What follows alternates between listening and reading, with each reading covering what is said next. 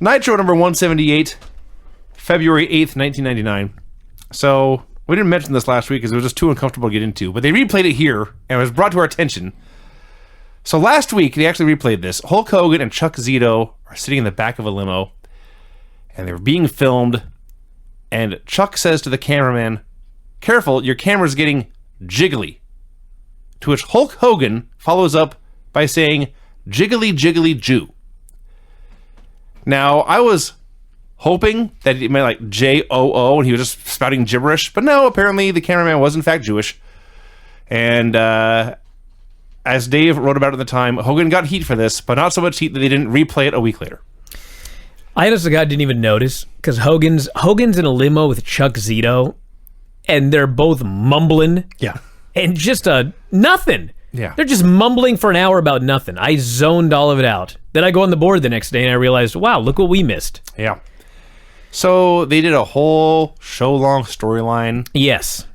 About Hulk Hogan and Chuck Zito threatening David Flair. Yes. Following him around Charlotte, threatening to kick his ass in the gym, and then the cliffhanger was they turned their camera off just as Nitro ended, and Ric Flair didn't know if they were going to kill his son David or not. Yes. That's right. We tune in a week later. No attack. No. All mind games. Okay, now just hold fucking on. with him. Hold on. I don't want to give any spoilers here, okay? But 19 years later. sometimes they do things, and then like it's just dropped the next week, okay? This week, they said that nothing happened. And then later, Arn Anderson is on the phone with Ric Flair. Well, it was actually earlier. It was from Thunder. But yeah, yes. whatever. But anyway, they showed the clip, and basically, David claimed he also saw nothing. I missed that detail. Yes. So, there's a storyline here. It wasn't just dropped. Okay. Yeah. We'll learn more later. To continue. Yes. To be continued. But I will tell you what did suck about this show that you haven't mentioned yet. So this was the first week Just started. that this show became Lucha Underground. Yeah. They had a whole bunch of backstage skits, and the goddamn announcers couldn't see them. No. But we could. Yes. So, like, we saw what was going on, but the announcers had no idea what was happening backstage. So they're clueless about half the stuff happening on the show. They can't explain it. They can't tell us what's happening. They don't even know what's going on. This is very important, by the way. The Nitro girls danced. DDP was hanging nearby to assure Scott Steiner to not attack them. Yes. Disco Inferno went into the Wolfpack locker room, where they had laid out Arn Anderson so Disco could get revenge for the beating Arn gave him last week. Remember this. Mm-hmm. You, the viewer at home, were playing pool. I wrote here a cameraman. This is a porn clip. Come to life. Yes, this was Tori Wilson making her Nitro debut in a POV porn shoot. Basically, yeah. Yeah. She's looking at the camera saying, "Hey, you." What you see... Hey, you. Yeah, she's pointing at the camera. Yeah. Well, even before that, you see your own hands playing pool. Yeah. And then Tori Wilson walks up to you in a bar. It happens to me all the time. Women like Tori come up and talk to me. And she talks about what happened last week was cool and they should go outside. And so you, the viewer, follow her. Yeah. Now, obviously, in real life, it's not us, the viewer. But we Right. don't know who it is. No. And by the end of the show, we don't. Yeah. I think I remember how it goes down. And this is supposed to be like a sport, Yeah. but somehow they're doing some wacky story where we're getting a point of view shot of Tori Wilson Yeah. talking to us. But it's not us. It does sound better than most And we Nitros. never find out who it is. No. Although we will. Yeah. It's bizarre. Speaking of Nitro debuts. Let's go for a ride, she says. Yes. You're out for a ride. Blitzkrieg versus Rey Mysterio Jr. I don't know who was in charge of the graphics of Nitro, but for the record, it was spelled Blitzkreig. It's named after Craig. That's not how you spell my He name. was a West Coast guy. So, for those of you who don't remember or don't know, Blitzkrieg was a SoCal indie guy, and from his gear, you could tell he was an indie guy. That's right. I'm pretty sure he sewed his outfit himself. That's utterly believable. Yeah. It was horrific. It was awful. He was very, very talented. He was in WCW for like 3 months, and then decided he didn't like wrestling and quit and was never seen again. It was know- longer than that because we actually saw him in at Spring Stampede. That was about a spring year. '99, wasn't it? Oh, wow, it was. Yeah. Yes, so about 3 months. Like I said, I apologize, Vinny. So, you know who he accept it. reminded me of was Jack Evans when he started. Is that right? He's a What a very, coincidence. very, very athletic guy. Yes. He killed himself on every bump. Yes. He could not lock up. his fundamentals were He awful. had no fundamentals, but he could be carried to a good match. He was very, very talented, utterly self-taught. Watched a lot of Tiger Mask tapes. Didn't learn everything. If I didn't know better, I would think it was Jack. Well, it was later. That's true. Because Yeah. That's right. He did become Jack was a huge Blitzkrieg Absolutely. fan. Yeah. And when Blitzkrieg quit, Jack bought his gear. Well, goddamn. He still, as far as I know. He lived up to the reputation Yes. and exceeded it. So they had a very fun, high-flying match. As long as they were doing flips and dives, it was cool. When they had to do grapples and punching, it sucked. Yep. Or half of it sucked. And eventually, Blitzkrieg missed a moonsault. Ray hit a top rope Rana for the win. You know, I was watching this match, and this is no disrespect to Blitzkrieg because he was a great athlete. He did great flips, and he took great bumps. But it was very obvious, like, Rey Mysterio is just like an all-time great. Yeah. Like, looking at these two guys, you could see why Rey Mysterio became an all-time great. And like throughout the history of the next 19 years, they took a bunch of dudes and put masks on them and tried to give them little pushes here and there. And none of them got over like Ray. No. Because Ray was special. Yes. He had a great fucking match with this guy. Yes, he did. It was awesome. And Larry's there talking about how these guys would be better off going over Niagara Falls in a barrel. That's how you're getting over Blitzkrieg his first night. There was They're two- fucking doing stupid shit. They'd be better off going over a waterfall. There was 2 Niagara Falls references in one in each show this week. I don't know if you caught that. It wasn't one on Raw. I don't remember, but I remember it was there. Sure wasn't Viagra Falls in the Val Venus segment. I watched the episode of Grand Tour last night where they went to Niagara Falls too. Oh, That's relevant only to me. understood. Had a hype video for the Ray, Conan, Luger, Nash mask versus hair match at SuperBrawl. God. And more to add to that, or? No. No. It's dumb. Well, speaking of dumb, Canyon went to Raven's house. You know what I love about this? No. So apparently, like, Raven's doing the thing where he's depressed and he never wrestles. Sure. And remember I was starting to get mad about it? Like, are we going anywhere with this fucking thing? Yes, you were. Well, apparently Nash hated it too. Okay. And then he took over and he was like, we gotta kill this. And so he came up with this, a new character for Raven. Oh, he came up with this. Yeah, this was like his wacky idea to change the Raven character. The idea Why didn't here, you just change it? The idea here wasn't the worst ever. It was mostly the execution. So, Raven says hello to, or excuse me, Mama Raven says hello to Chris. She's still very worried about Scotty, but she has to leave. He's very depressed. Yes. Chris. So she leaves, and Chris goes to take care of Scotty. Hey, Rave, he says. You gotta snap out of your funk. At this point, Raven looks backwards over his shoulder to his own personal camera that apparently only he can see. Yes. And we can see, but Canyon can't see it. Or the announcers, Or the announcers. should add. And Raven says, "What a mark." What a mark. His exact words. And he turns to Canyon, explains how great it is to be rich. They go into his garage. He's got all these cool convertibles. Canyon asks, how come we always drive crappy cars? Raven says it drives his mom crazy, and they get in a convertible, and they drive away. It was a Lamborghini, by the way. It wasn't just a convertible. I was not, even though I watched the Grand Tour, which is a car show, I didn't know that. But thank you. Sure. Okay, Booker T versus Finlay. Oh, God. So they're doing this match. It's going on for some time. It was a good match. Of course it Let's was. get Yeah. that out of the way It's Booker first. T and Finlay. Yes. Of course it was. And suddenly, we go backstage where Hulk Hogan is having a chat with Horace. It's different, Vinny. So this is what I was talking about earlier. The announcers say, we got to go to a break. But they don't go to a break. They go backstage for this goofy skit. Yes. So I'll let you talk about the skits, but they go to a skit. They go to commercial. Yeah. They come back with another skit. And then they go back to the ring. The announcers are oblivious to any of the skits. Yes. It's so fucking awkward. Like, we missed 10 minutes of this match. Yes. And it happened multiple times on this show. Yeah. So, okay, they're in the match. Announcers say we're going to a break. Instead, we go to Hulk Hogan and Horace, who have like a 3-minute skit. It's not like a little 2 Went on thing. forever. Yep. Hogan explains he wants Horace to take over leadership of the Black and White. But don't tell anyone. Yeah, so hold on a second.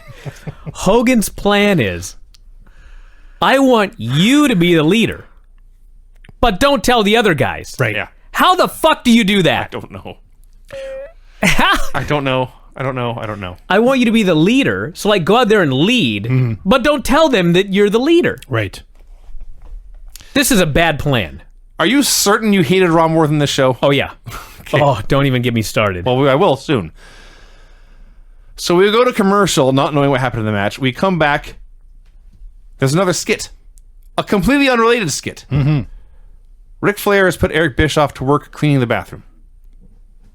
They go over this for a while. By the way, it took Vinny about 2 seconds to say that. Right. It took him 10 minutes to get through Flair telling Eric Bischoff to clean out the goddamn bathroom. Yeah. And after all this, we go back to the ring where the match is still going on. Now, you said earlier it was a good match. And what we saw of it was, and I can confirm, Booker T made his big comeback and everyone went crazy. He won with a missile dropkick. I can confirm the ending was good and the beginning was good. We missed at least half this match. That's true, but you know what? The beginning and the end of this match that we saw was better than anything on Raw. That's probably true. So it was a better wrestling, show. for sure, yeah. Well, they blew a ton of spots, but after they blew them, they ended up hitting each other really, really hard. Yeah, I liked it. Especially the one where Booker T tried to leapfrog Finlay. He came up short and landed on Finlay's shoulder. I think that was the heat. Yeah. No, they planned it that way. No. Yeah. There's no way. Because he hit the leapfrog once, and then Finlay comes right back under. He does a leapfrog again. I don't know. He's going to do back-to-back leapfrogs for no reason. Maybe. I think he's going to do a leapfrog. He landed on Finlay's shoulder, hurt his nuts, and Finlay beat him up. Actually, it is a famous spot to do 2 leapfrogs, but... All right. I've been wrong before. Anyway, besides that, it was a cool match. They hit each other really hard. They did hit each other really hard, as you would expect Booker T and Finlay to do. Raven and his Inhumans t-shirt were at the bank to get some money. Yes. Some. Specifically, $10,000 in ones, and then $10,000 more in big bills. And how come we didn't see where the ones were spent? We kind of did. I will get to that later. Okay. Canyon says, why would anyone need $10,000 in $1 bills? Yes. And Canyon is a mark. Every time He is a mark. throughout the Raven was right. Every time in these skits, Canyon would say something stupid. Raven would look into his own camera that only we and him saw, and he'd say something like, "What an idiot! What a mark!" He would just roll his eyes or whatever. Breaking down the fourth wall. Oh, it's like the fifth wall, really. That's true. That's true. The fact this skit alone exists is the fourth wall. This. And then the teller goes, I'll give you the 10,000 in big bills the way you like it. Well, twice. There was two. And I'm like, separate how can you not like 10,000 in $1 bills if that's how you're going to spend it? You'll be there for weeks. Maybe. Maybe how you like it. Anyway, they leave the bank. They are literally carrying giant sacks of money over their shoulder. Yeah. I was sad because they didn't have the big dollar sign on it like I've been told all my childhood. In my imagination, that was just the side that was on their back. Yeah. Okay. Yeah. So they get in the hot convertible with a big bags of money, and drive away. The only thing missing when they drove off, a couple of dollar bills fly out the back.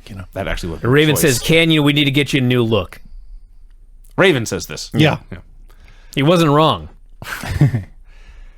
Jimmy Hart and the Faces of Fear were soiling the bathrooms to make Bischoff's life worse. So stupid. Hogan met with Bryan Adams. Yeah. He says, I want you to take over the Black and White, but don't tell anybody. Yes. Then he laughs. This may sound familiar.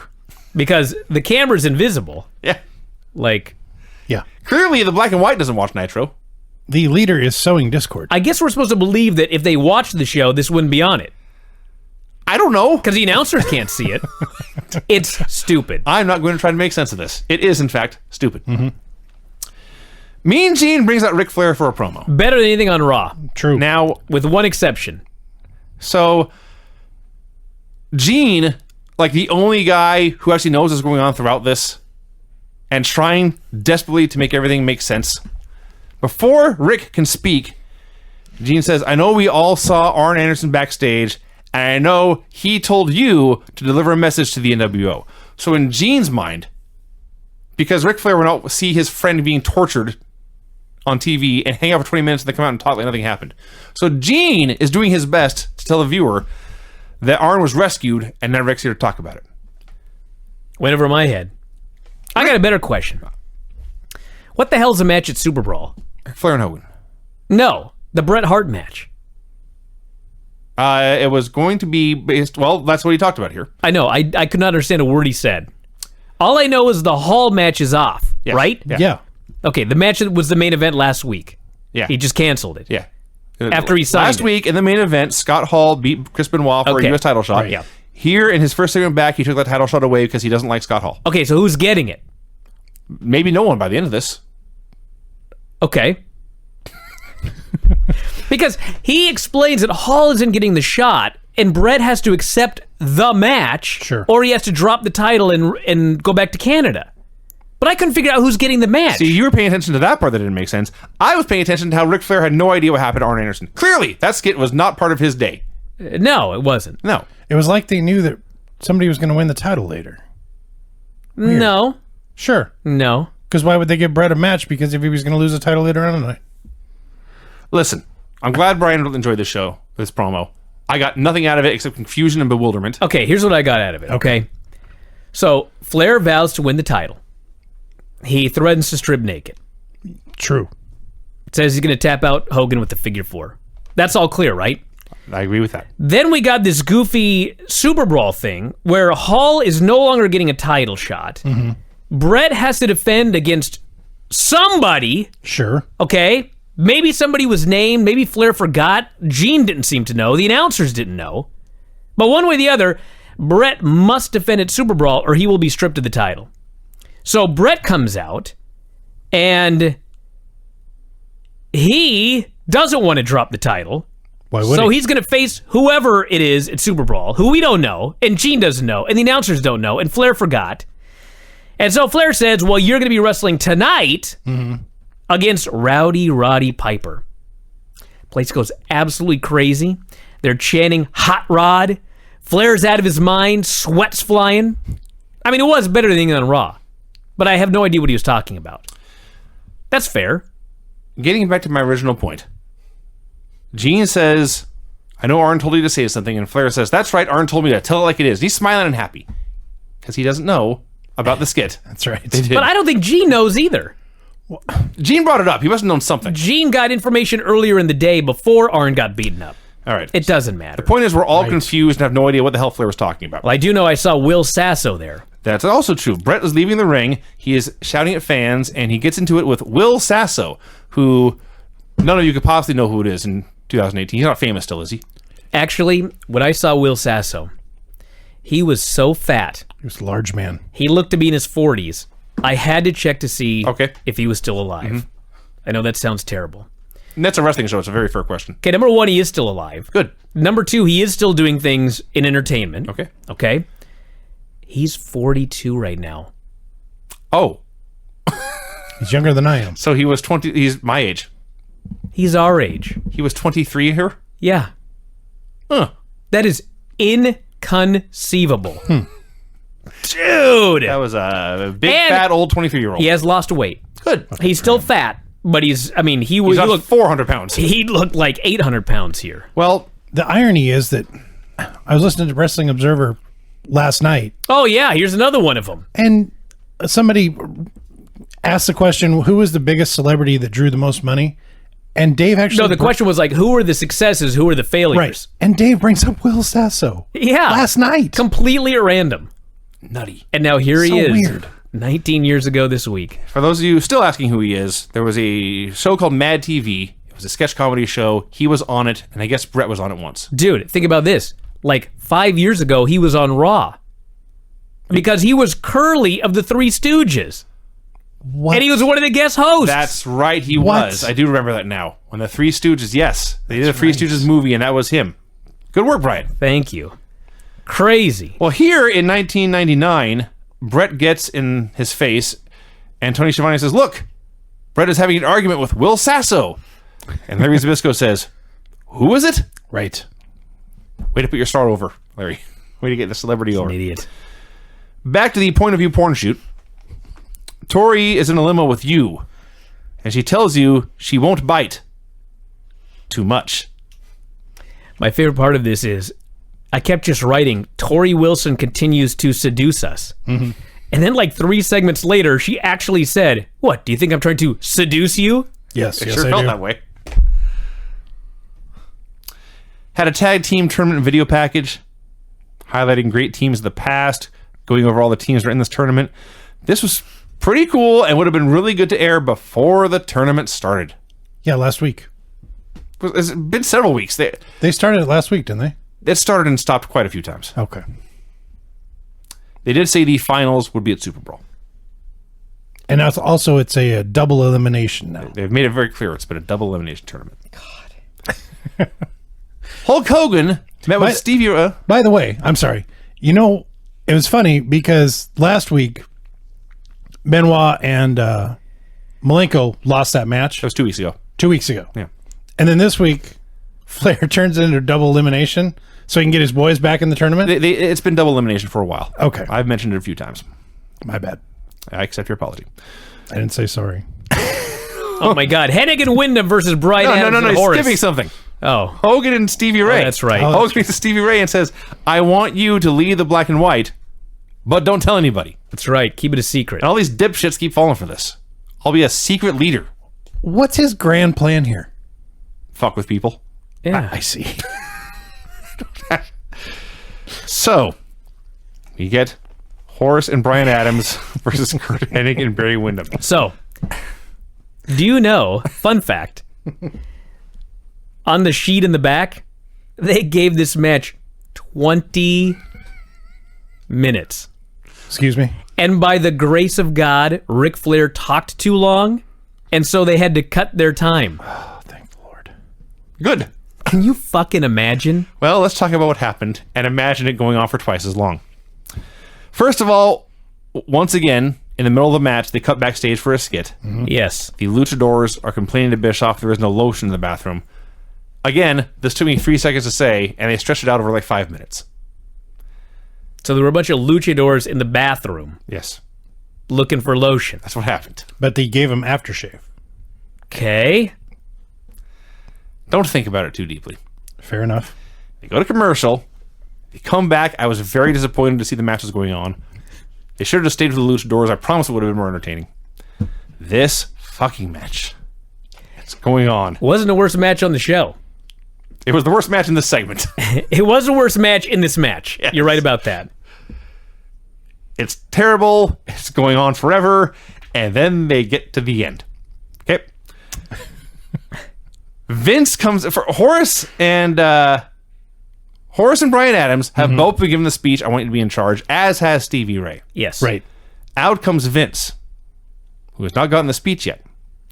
Out comes Stevie Ray, who has also gotten the speech.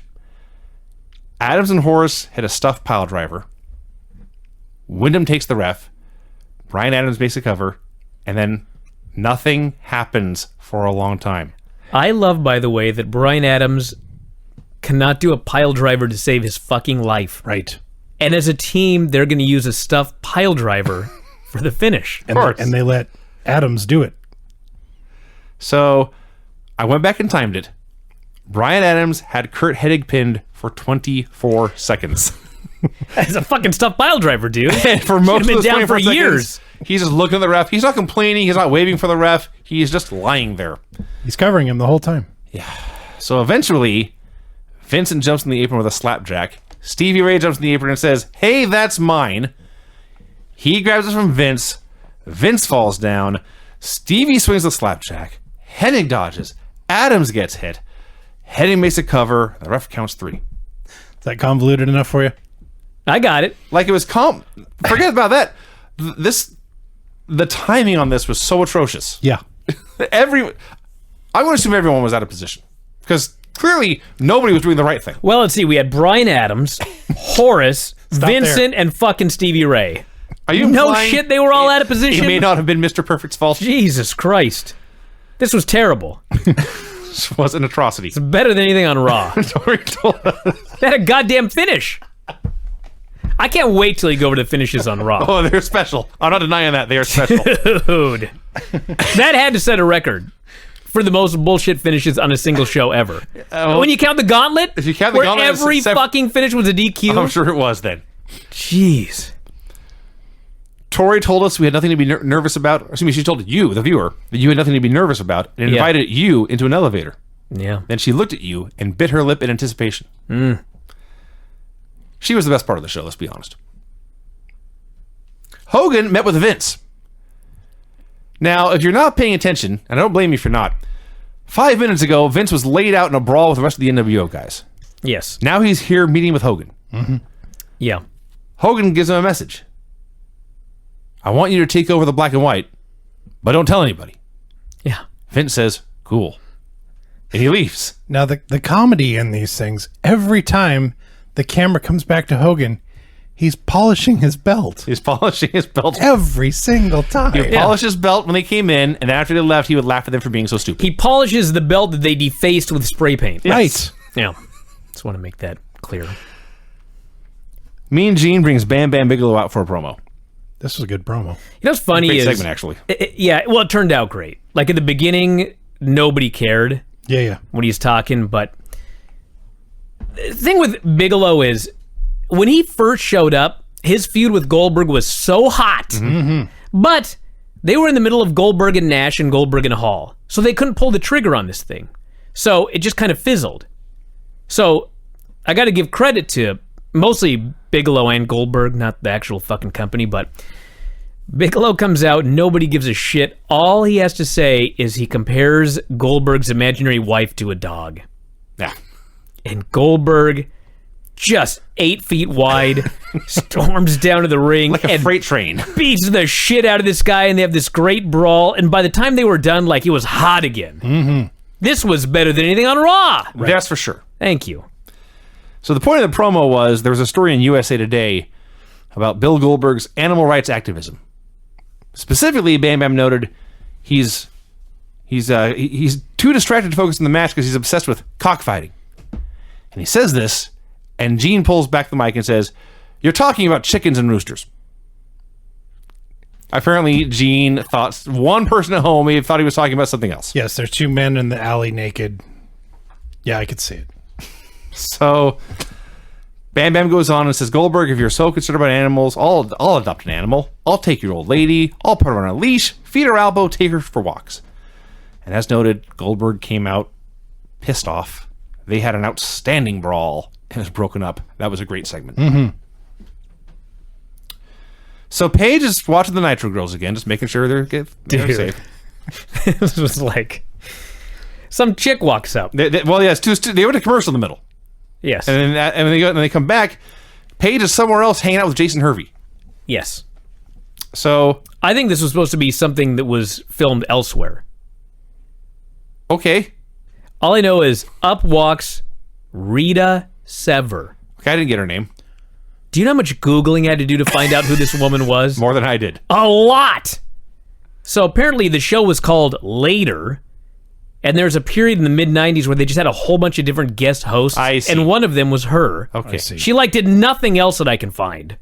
Like, she has an IMDb that's empty. I mean, so he's going to be on her show, and she says, "Hey, check out my wrestling promo." Right. It's a combination of Ric Flair, Randy Savage, and Hulk Hogan. I'm not even going to try. Thank you. It was the most cringe-worthy thing you've ever seen in your entire life. It's so embarrassing. And she must know, because as soon as she does the Ric Flair woo, she's out of there. She just gets off screen as fast as she can.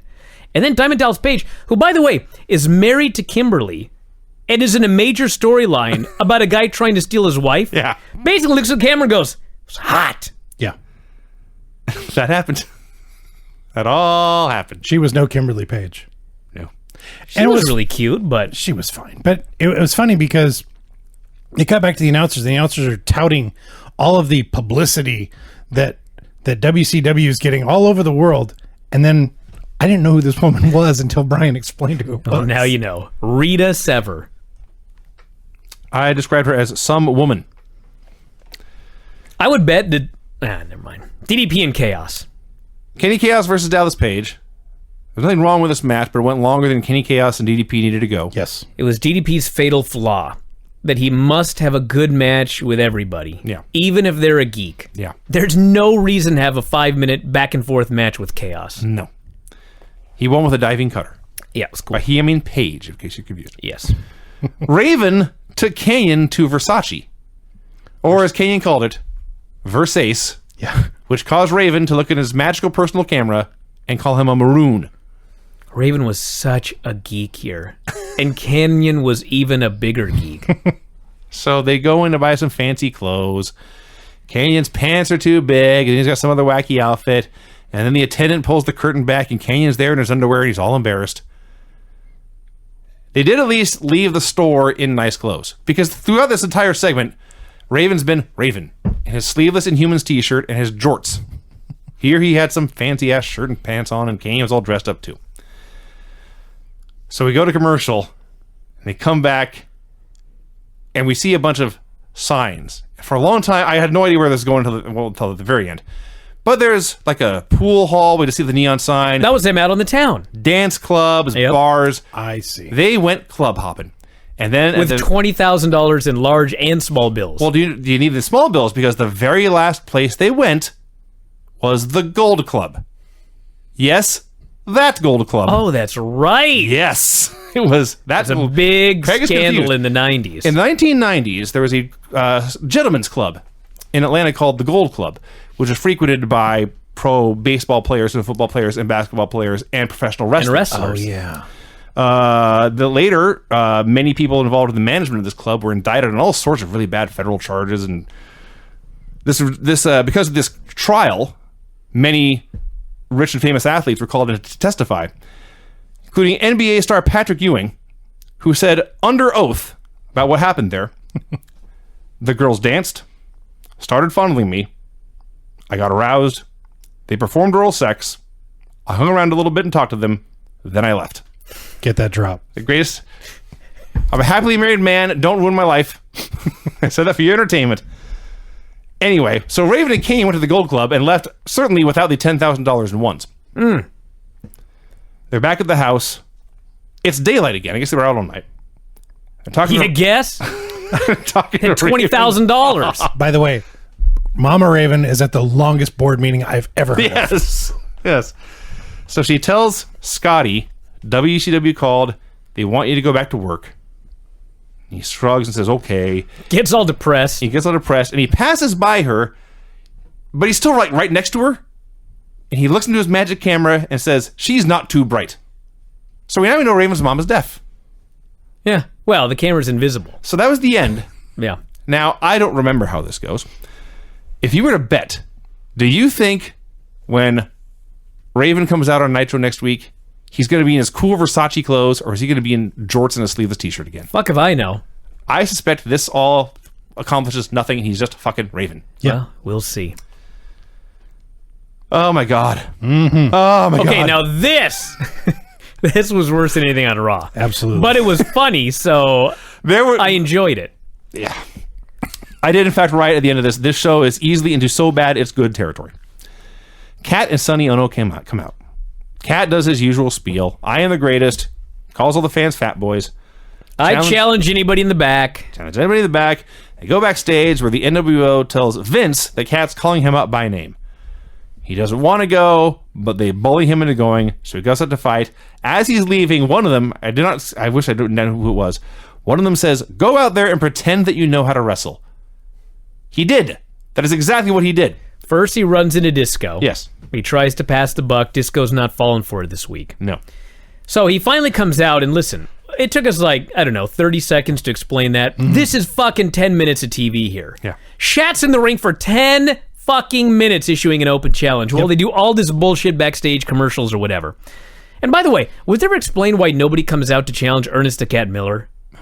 He's beneath them. This ain't Rick Steiner. I don't know. This ain't Goldberg. This ain't like a big threat. It's Ernest Miller. Scott Norton destroyed him last week. It was great. So fucking Vincent comes out.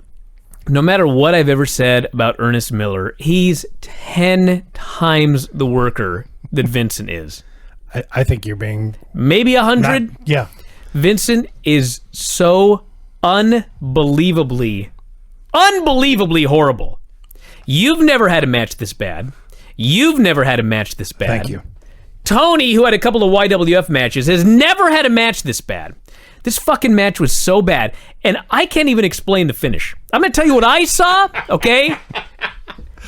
Okay. So they're doing Do this your best. fucking terrible match.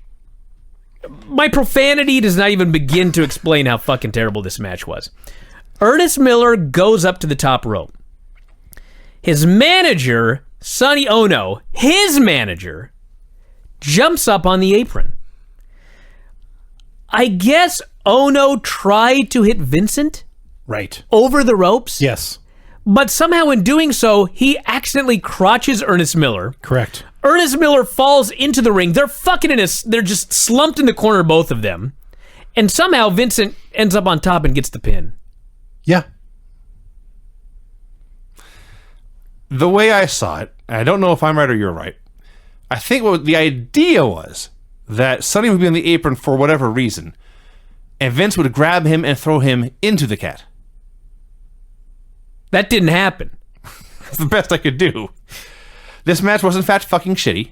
It was so bad. In fact, that's a factual statement. That's not an opinion. It was fucking shitty. Vince won, and I did go back and time it. The entire segment went 12 minutes. I swear to God, there's no way there's a worse match in 1999. In fact, I got to go find out. How long had Vince been in? That is my other question. How Has long? anyone...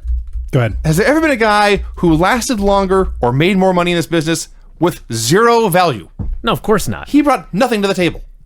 How long had he been wrestling at this point? Because he couldn't. A decade! He couldn't take a bump. He could run the ropes. Forever.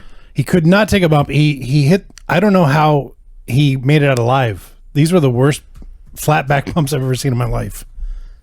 Worst match of the year. Observer Awards. Oh, fuck. Al Snow versus the Big Boss Man, Kennel from Hell. Pretty bad. It's going to be tough.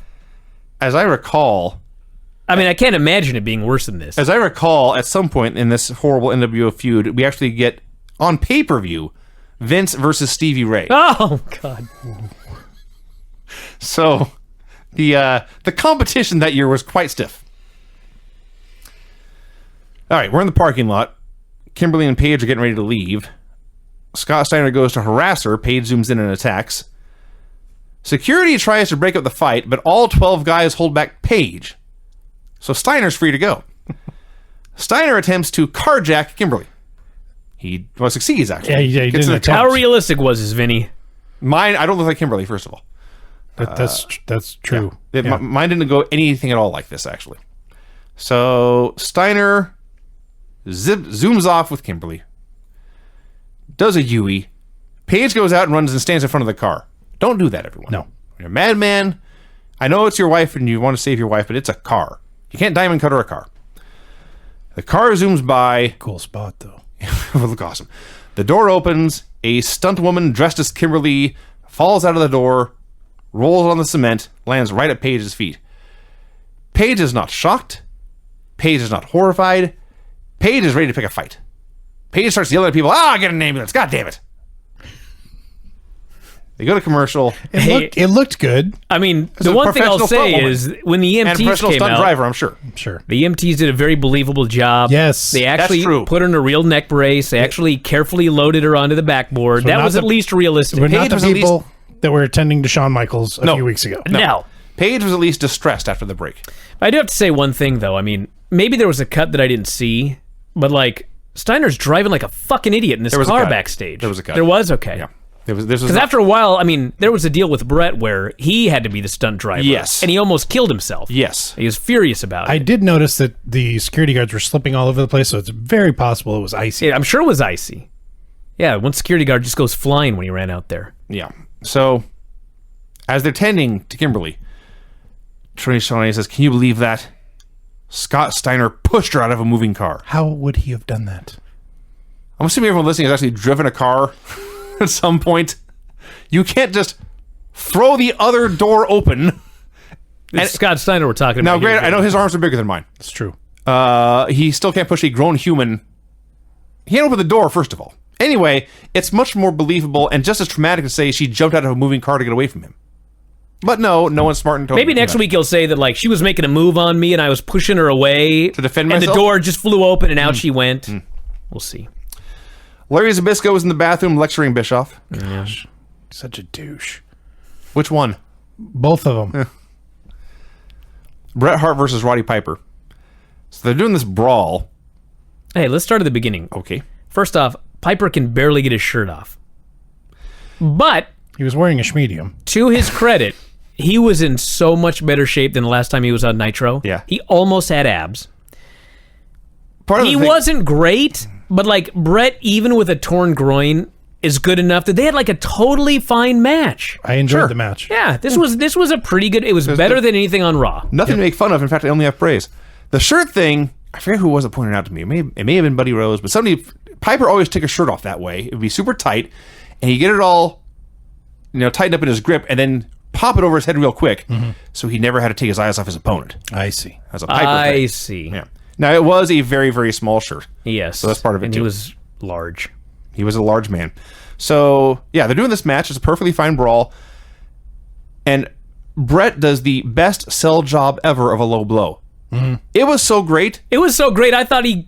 You also thought, yes. Yeah. I went back and watched it 3 times. And the announcers I are could like, not "Oh believe my God, he got Piper low blowed him." The storyline was Bret was faking an injury. Yeah.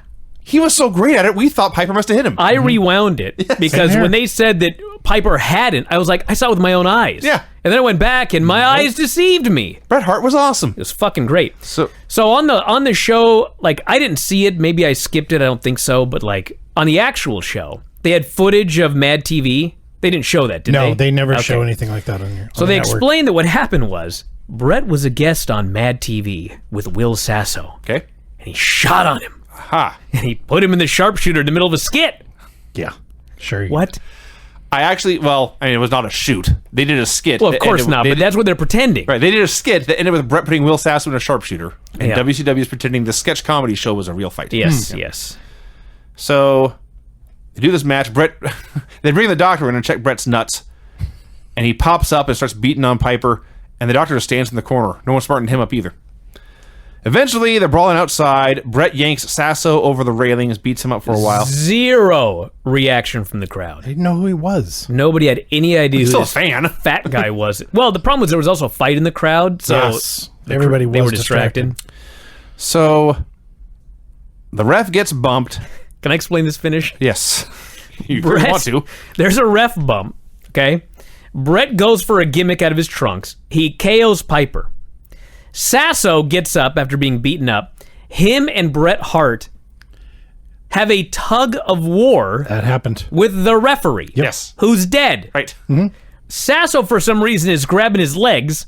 Bret is grabbing his arms, and they're trying to pull him in half. Sure. Why?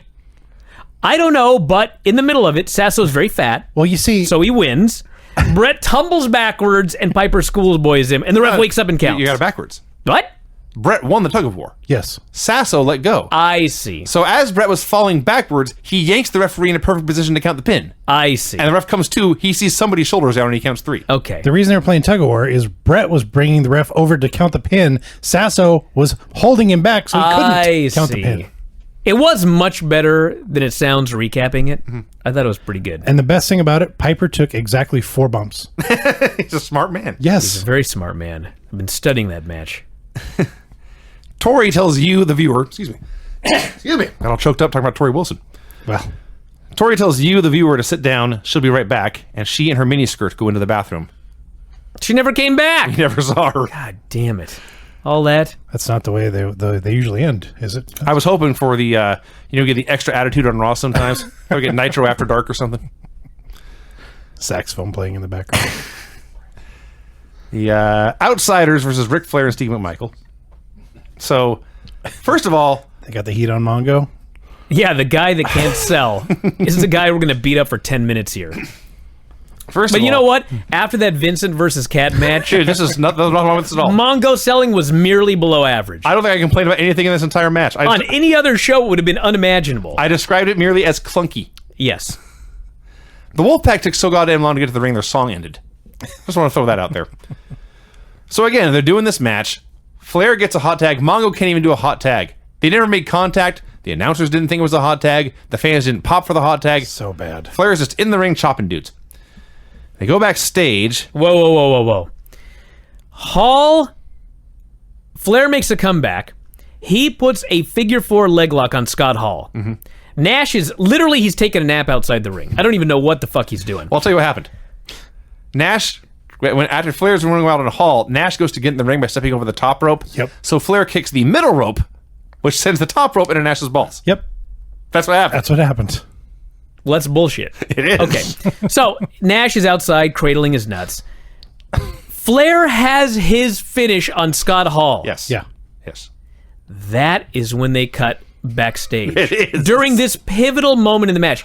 And do you want to know what they cut backstage for? Hulk Hogan is walking through the hall with a bucket. There's some guy, I have no idea who it was. There's a guy laid out on the floor. Hogan reaches into the bathroom and gets a bucket, presumably from Bischoff, and Hogan goes for a long stroll down the hallway. Now we didn't. As he's doing this, hold on. Okay. As he's walking with a goddamn bucket, okay? A mop bucket. The announcers, I guess, are supposed to pretend they can't see what's happening backstage. So there's a brief pause and they're about to tell us what's happening, but then they realize they can't. So there's another pause, and then they're like, Hall's in the figure 4. Hogan Right. walks. They come back to Hogan walking. To ensure the announcers didn't spoil anything, they mute the announcers, they mute the crowd noise, so all you hear is Hogan's footsteps.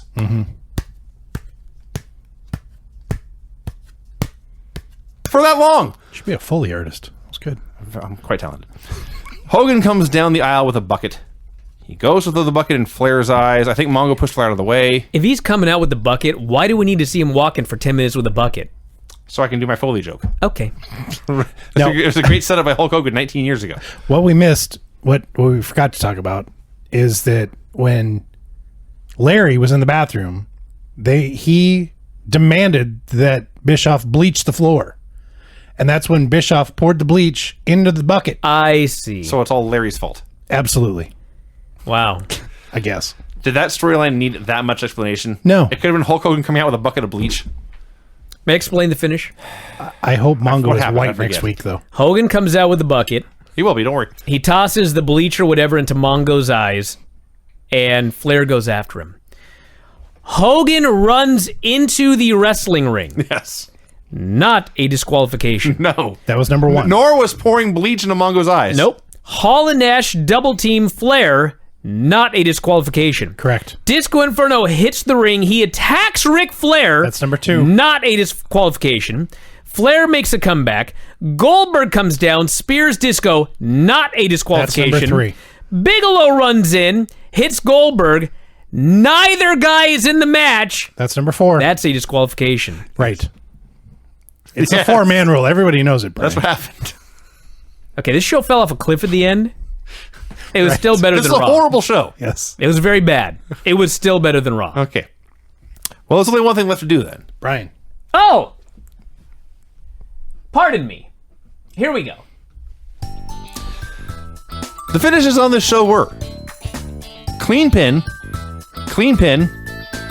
one horrible pinfall finish in a tag team match, clean pin